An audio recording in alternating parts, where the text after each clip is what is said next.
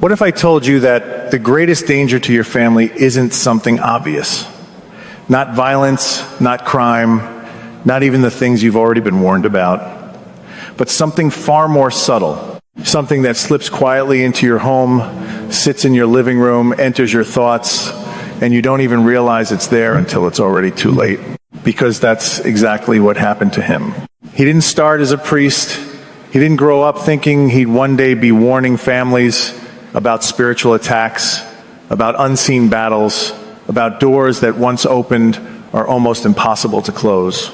In fact, his life began in a way that looked completely normal, almost ideal. And that's what makes this story so dangerous, because it proves that no one is immune. He was born in 1965 into a Catholic family in New York, the oldest of 4 children, raised in a home where faith was present, structured, and expected.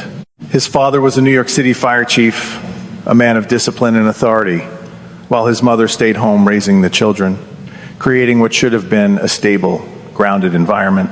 But something was already shifting, something subtle, something confusing, something that didn't quite make sense, even to a child, because this was right at the tail end of Vatican II, a time when the church was changing, adapting, evolving, and depending on where you were, those changes didn't always feel clear.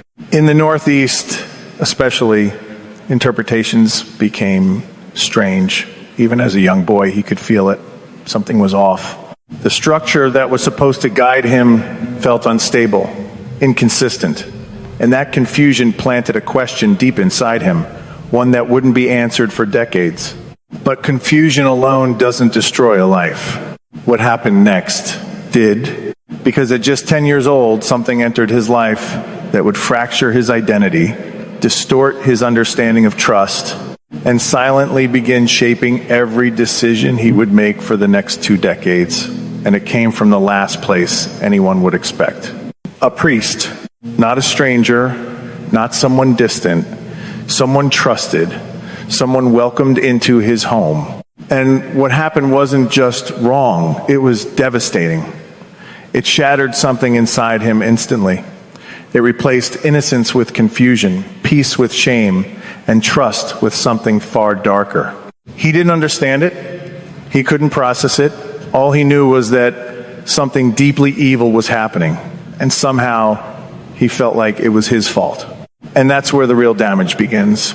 Because when a child is manipulated, when authority is weaponized, when someone they're taught to trust becomes the source of harm, their mind doesn't reject it the way an adult would. Instead, it tries to make sense of it. It tries to survive it.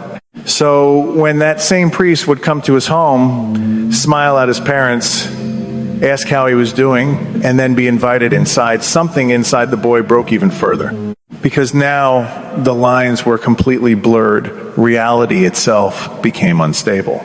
And then came the lie that sealed it. The priest told him that his parents knew that they were part of it. Now stop and think about that. A child already confused, already ashamed, already afraid, is now convinced that the people meant to protect him are actually allowing the harm. And in that moment, isolation becomes total. There is nowhere to go, no one to tell, no escape. So he made a decision, not consciously, not logically, but a decision that would shape his entire future. He would walk away from God, not just the church, God himself. He would say he was going to church, but instead go to the park. Week after week, year after year. For 22 years, he stayed away. And on the surface, it might look like rebellion, but underneath, it was something much deeper. It was survival, because when something that represents God becomes the source of pain, the mind does something protective. It rejects everything associated with it. And that rejection doesn't feel like loss at first. It feels like control. So he decided something else too. If he couldn't trust anyone, he would make sure no one could ever hurt him again. And that's where the transformation begins. Because instead of healing, he chose strength. Not emotional strength, Not spiritual strength, physical strength, control, power. He threw himself into building a version of himself that couldn't be broken again. Weightlifting, football, discipline, aggression. But here's the part most people don't realize. When you build your life on avoiding pain, instead of understanding it, you don't become stronger.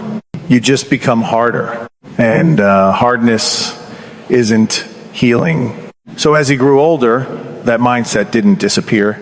It evolved.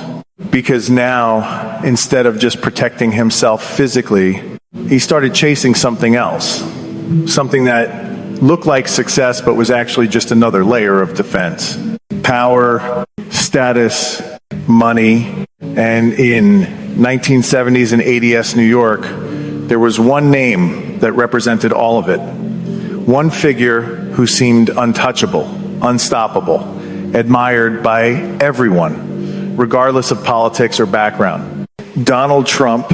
To him, Trump wasn't just a businessman. He was a symbol, a blueprint, a man who had everything: respect, wealth, influence, a life where nothing could touch you. And that's what he wanted. Because if you can't be hurt, if you can control everything around you, then maybe, just maybe, you never have to feel that pain again. So he followed that path. After college, he moved into Manhattan, stepped into the world of finance, and eventually made his way onto Wall Street. And this is where the story takes a turn that most people don't expect, because everything started working. He succeeded. He didn't struggle. He didn't fail upward. He thrived. Money came. Opportunities came. The lifestyle came with it. Luxury homes, exotic vacations, sports cars. The exact life he had imagined. The exact life he thought would fix everything. But something didn't go away. In fact, it got worse. Because the more he gained, the emptier he felt. And that's the trap. Because from the outside, everything looked perfect. But internally, something was unraveling. Slowly at first, then all at once. And he couldn't understand why. Because this was supposed to work. This was supposed to be the solution. But instead, it was revealing the problem. And just when it seemed like he might be able to distract himself enough to ignore it, something unexpected happened. He met someone, a relationship, a connection, something that looked like it might finally bring meaning into the chaos. They got engaged in Paris, had a big New York wedding, built a life that on paper looked like success, stacked on success. But reality had other plans because their lives didn't align. Not in timing, not in purpose, not in direction. He was up at 5 a.m., grinding through long days, chasing deals, entertaining clients late into the night, while she was living a completely different rhythm, coming home when he was already asleep. They became strangers living in the same space. And then came the decision that would quietly expose everything. She didn't want children. And that single truth revealed a deeper incompatibility that couldn't be ignored. Because for him, whether he realized it fully or not, something inside still longed for restoration, for family, for something real.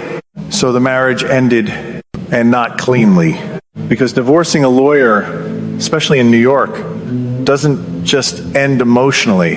It strips you down financially, mentally, completely. And he lost, not just in court, but in clarity. Now he was alone, successful, but alone. And that's when things started getting darker, because the distractions were gone. And when the noise fades, what's left gets louder. Nightmares began, not random dreams. Not occasional disturbances. The same nightmare. Every single night, babies drowning, and no matter what he did, he couldn't reach them in time. He would wake up sweating, panicked, shaken, and completely confused because he didn't understand what it meant. But somewhere deep inside, something new. Something was trying to surface. Something he had buried for decades was starting to break through.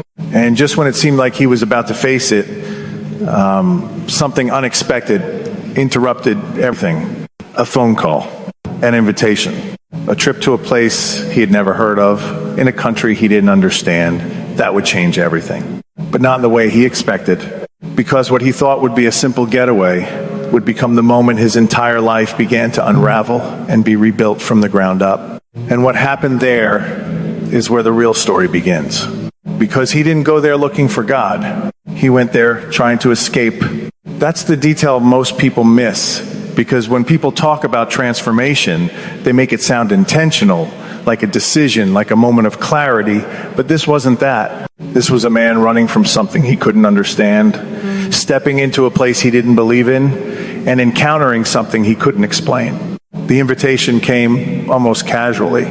A friend asked him if he wanted to go to Bosnia. Now think about that for a second. Bosnia wasn't exactly a vacation hotspot, especially not in that time period, and especially not for someone living the high life in Manhattan. But he had already rented a villa in Amalfi, Italy, thinking relaxation would fix the nightmares, the anxiety, the emptiness. And when that didn't work, this trip felt like just another distraction. So he said yes, not because he believed in anything there, but because he assumed it would be like Italy. Good food, good wine, a change of scenery, something to numb the noise. But the moment he arrived, everything felt off. There were no hotels, no luxury, no comfort, just simple homes, almost like huts. It felt like stepping back in time, like the modern world had just stopped existing. And immediately, his instincts kicked in. This was a mistake. He decided right then he would sleep, wake up in the morning, and leave. Get a car, go back, return to something familiar, something controlled. Because this place, it didn't fit into his world. But then something happened the next morning that completely broke that plan. He woke up and everything inside him was different. Not slightly different, not improved, completely transformed. The anger was gone. The shame was gone. The constant tension he had carried for years, gone. In its place was something he had never felt before in his entire life. Peace. And not the kind of peace you get from rest or comfort. This was deeper. It didn't make sense. It didn't have a source he could point to. It just was. And that's when everything shifted. Because suddenly leaving didn't make sense anymore. If being in that place could make him feel like this, then maybe there was something there worth staying for. So instead of running, he stayed the week. And without realizing it, he took the first step back towards something he had abandoned for 22 years. He went to confession. Now understand how big that moment is. 22 years of distance, 22 years of choices, mistakes, anger, pain, rejection, all about to be spoken out loud. And he knew enough from his childhood to understand what that meant. If he was going to step into this, he had to face everything. But even in that moment, his old mindset showed up. He didn't just go to any priest. He studied them, watched them, analyzed them, because if he was going to confess everything, it had to be to the right one, the most merciful one, the one least likely to judge him. And then he saw him, a priest unlike anything he expected. Tan, relaxed, smoking a cigarette, laughing, telling jokes, surrounded by people enjoying his presence.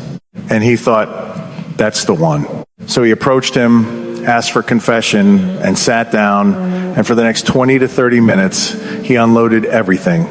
Every sin, every choice, every moment of darkness. And when it was over, something unexpected happened. The priest didn't react with shock. He didn't hesitate.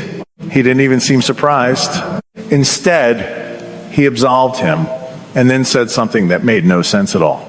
I think you have a vocation to be a priest. And in that moment, everything inside him rejected it because it didn't match reality. It didn't match his past. It didn't match what he had just confessed. So he brushed it off, dismissed it, walked away. But the seed had been planted, and for the rest of that week, something continued to happen. He immersed himself Mass, prayer, climbing mountains with people who were deeply devoted, deeply faithful, people he didn't feel like he belonged with. But he stayed because something inside him was waking up. And when he returned to New York, that's when the real challenge began. Because it's easy to feel changed in a different environment. It's easy to feel close to something when you're surrounded by it. But going back, that's where most people lose it. And he almost did. Because now he had to rebuild his life. Not externally, internally. So he made small changes. He started walking to work instead of taking a car just so he could pray. He found a church near his office and began slipping in during lunch breaks, quietly, consistently. And that's where another turning point happened. Because someone noticed him, an older priest, a man who didn't ask for surface level details, but immediately saw something deeper. And the first thing he told him was simple, but it would change everything. You need a spiritual director. He didn't understand why. He didn't think he needed guidance, but he agreed anyway. And then came the question that would begin unraveling everything he thought he wanted. Do you think God wants you to keep living the life you're living? He didn't know. So the priest gave him a prayer. Just one. Lord, do you want me to change my life? That was it. Simple. Direct. So he prayed it for a week. And when nothing happened, he assumed he had his answer. No response means no change, right? Wrong. Because when he went back and told the priest, the response hit harder than expected. You left God for 22 years, and you expect an answer in 7 days? And just like that, the illusion of control broke again, because this wasn't on his timeline. So he kept praying a month, 6 months, a year, still nothing. And this is where most people quit, because silence feels like rejection. But what he didn't realize was that something was building, something that required time, something that couldn't be rushed. And then after 18 months, it happened. Not a feeling, not a thought, a voice, clear, direct, undeniable. Come, follow me. He turned around. No one was there. And in that moment, he knew this wasn't imagination. This wasn't coincidence. This was real. And as if that wasn't enough, it didn't stop there. Because that same message appeared again and again, 3 times in one single day, through different people, different moments, different forms, all saying the same thing: come follow me. And now it couldn't be ignored. So he made a decision, immediate, radical, unexplainable to anyone on the outside. The next day, he called in sick. The day after, he quit his job. Just like that. No backup plan, no safety net, no clear path forward. Only one thing he was going to follow. But what he didn't know yet was that following wouldn't be simple. It wouldn't be smooth, and it definitely wouldn't be what he expected. Because the closer he got to his calling, the more resistance he would face. And not just from the outside world, but from the very system he was trying to enter. And what happened next would test whether this transformation was real, or just another phase waiting to collapse. Because this is where most people think the story should get easier. He heard the voice, he made the decision, he walked away from everything. So logically, doors should start opening, right? But that's not what happened. Everything started closing, and not subtly, aggressively, because the moment he stepped forward, convinced he was finally doing the right thing, he did what he knew best. He went into strategy mode, spreadsheets, research, systems. He treated his calling the same way he used to approach Wall Street. Analyze every option, compare every path, find the fastest route. Religious orders, diocesan priesthood, timelines, requirements, locations. He mapped it all out like a business plan. And his logic was simple. If this is what God wants, then I'll get there as efficiently as possible. But here's the problem. Calling doesn't work like a career move. And he was about to find that out the hard way. because the very first door he walked through slammed shut in his face. He went to the diocesan office, asked to speak with the vocation director, and by what seemed like coincidence, the director was available that very day. Everything lined up perfectly. Until he walked into the room and saw a familiar face, the priest who had married him. And before he could even explain himself, before he could tell his story, before he could express anything, the priest looked at him and said something that cut straight through everything. No, you are not called to be a priest. Get out. Just like that. No discussion. No process. No chance. And in that moment, everything inside him could have collapsed. Because this wasn't a random rejection. This was personal. This was someone from his past, someone who knew his story, shutting the door completely. But instead of quitting, he moved on. Because now he was convinced if one place says no, another will say yes. But they didn't. He started traveling, meeting different religious orders, different communities, different leaders, and one by one, the pattern repeated. Quick meetings, short conversations, and then rejection over and over again. And it didn't make sense because he had left everything behind. He had done what he thought was required. So why wasn't it working? Why wasn't anyone accepting him? And then the truth hit him. Not from rejection, but from correction. Because when he explained his experiences to his spiritual director, the problem became painfully clear. He wasn't being rejected for his past. He was being rejected for his attitude. Because every time he walked into those meetings, he wasn't being formed. He was evaluating them, judging them, interviewing them like they had to prove themselves to him. And in that moment, everything clicked.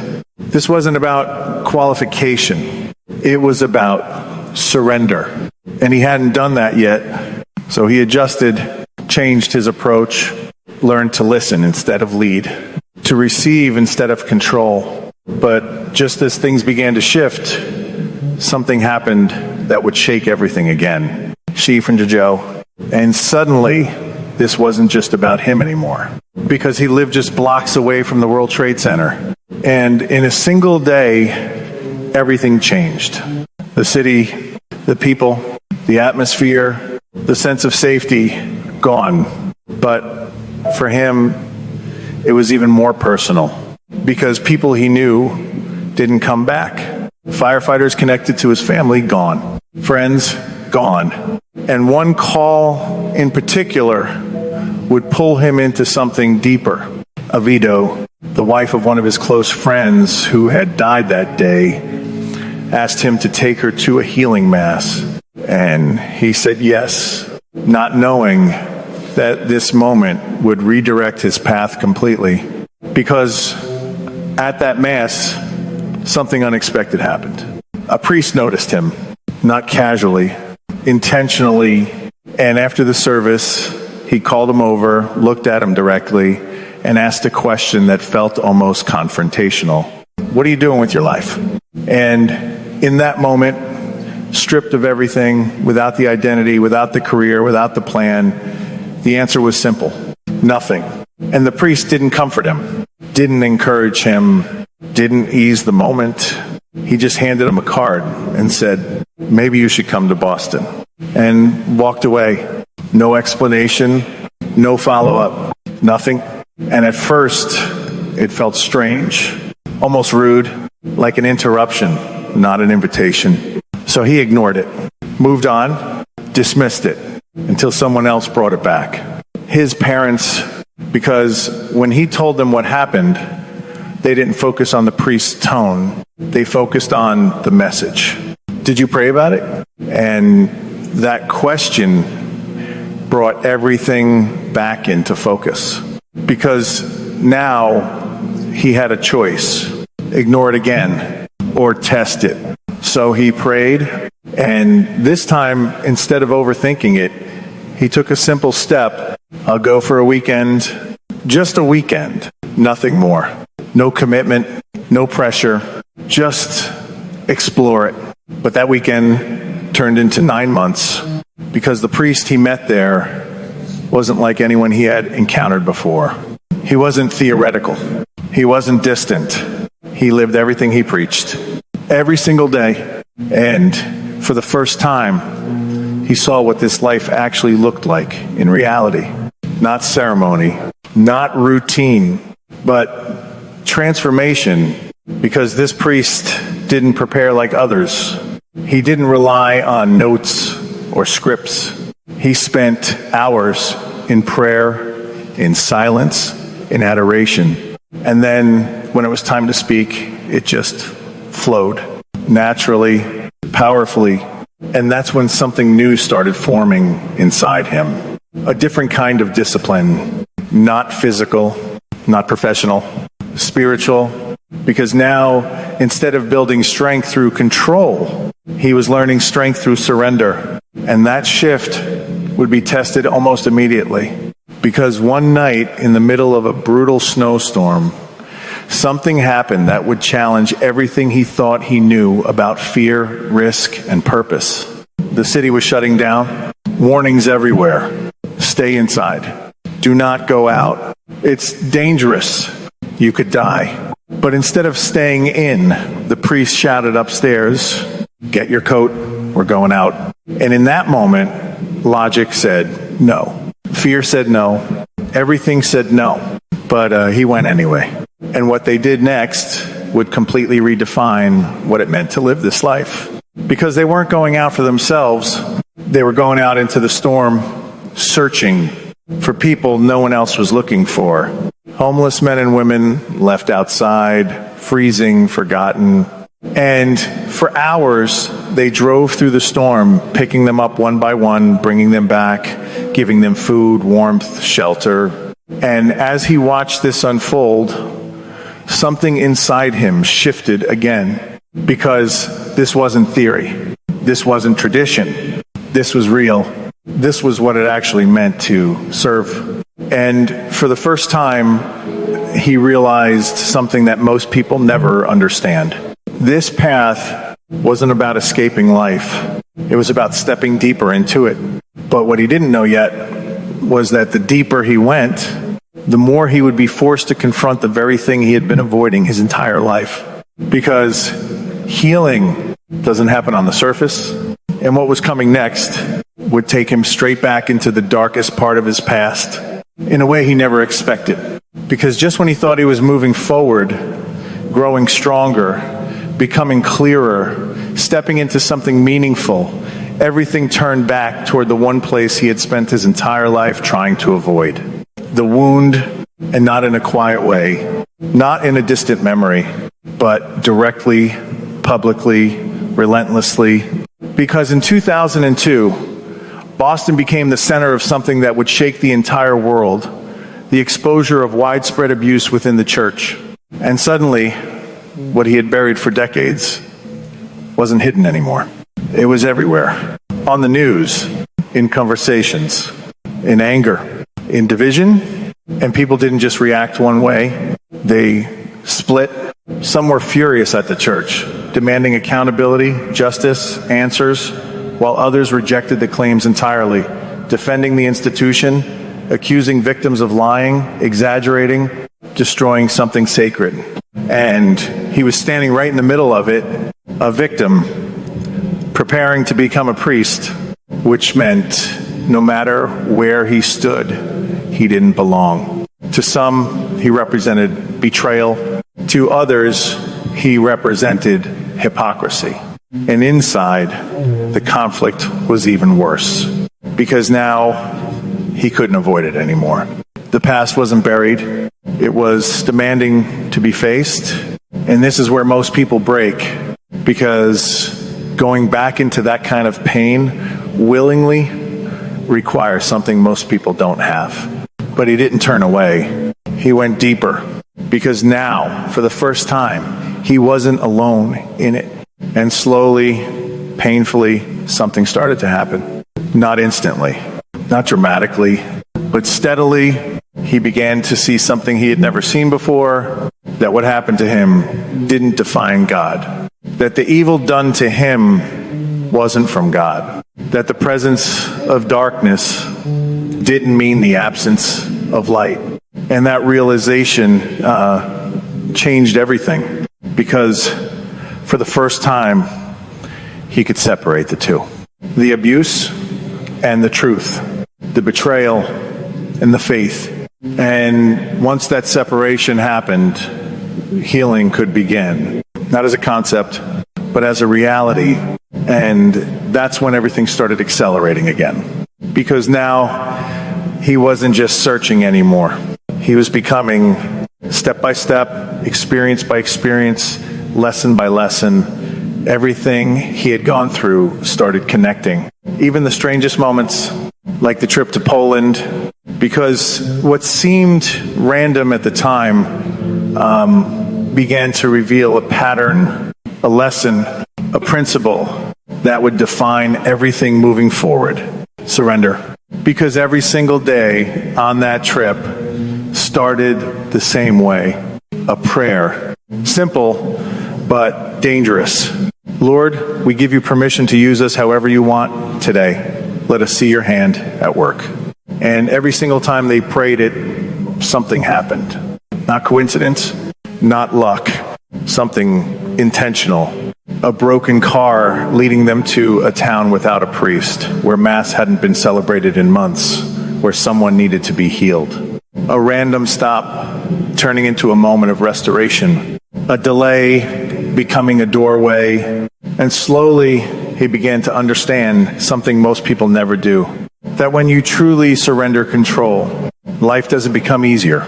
It becomes directed. And that direction doesn't always make sense in the moment. In fact, most of the time, it feels inconvenient, uncomfortable, even frustrating. But behind it, something is always happening, something bigger. And that's exactly what was happening to him. Because every rejection, every delay, every unexpected turn wasn't blocking his path. It was shaping it. And finally, after years of confusion, resistance, formation, and testing, the door opened. Not where he expected, not how he planned, but exactly when it was supposed to. A call from a bishop, not someone he chased, someone who came to him. And that moment answered everything. Because earlier, out of frustration, out of exhaustion, out of doubt, he had said something almost reckless. God, if you want me to be a priest, have a bishop call me. And that's exactly what happened. And when he arrived in Nashville, what he found wasn't just acceptance. It was something he had been missing his entire life. A father, a leader, someone who saw him, understood him, and didn't reduce him to his past. And under that guidance, everything came together. He was ordained, not quickly, not easily, but completely. 12 years, the exact timeline he had originally rejected, because in the beginning, he didn't want to wait. But in the end, he needed every second of it, every step, every struggle, every lesson, because without it, he wouldn't have been ready. And that's where the story should end. But it doesn't, because becoming a priest wasn't the conclusion. It was the beginning, because now everything he had lived through had a purpose, and that purpose wasn't comfort. It was warning, because over time, through ministry, through experience, through direct encounters with people, with suffering, with things most people don't even believe are real, he started to see a pattern, a dangerous one. Because the same way his life had been influenced, shaped, and attacked, he began to see it happening to others. Families, children, homes, and not always in obvious ways, not always through trauma, but through access, through doors being opened unintentionally, through things people allowed into their lives, thinking they were harmless. Objects, media, practices, habits, things that seem normal, acceptable, even entertaining, But behind them, something else was working, quietly, patiently, and that's where his warning begins. Because what he realized is something most people never consider. You don't have to invite darkness directly.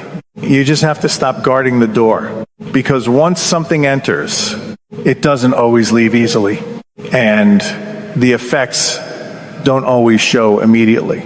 They build slowly, subtly, until one day you look around and something feels off. Peace is gone. Tension is constant. Relationships shift.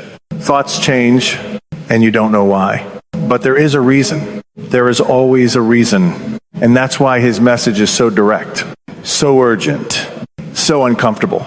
Because it's not about fear. It's about awareness. Because the same way his life was nearly destroyed through something he didn't choose, other families are being affected through things they are choosing without realizing it. And the question isn't whether it's happening. The question is, will you recognize it before it's too late? Or will you only understand it after the damage is already done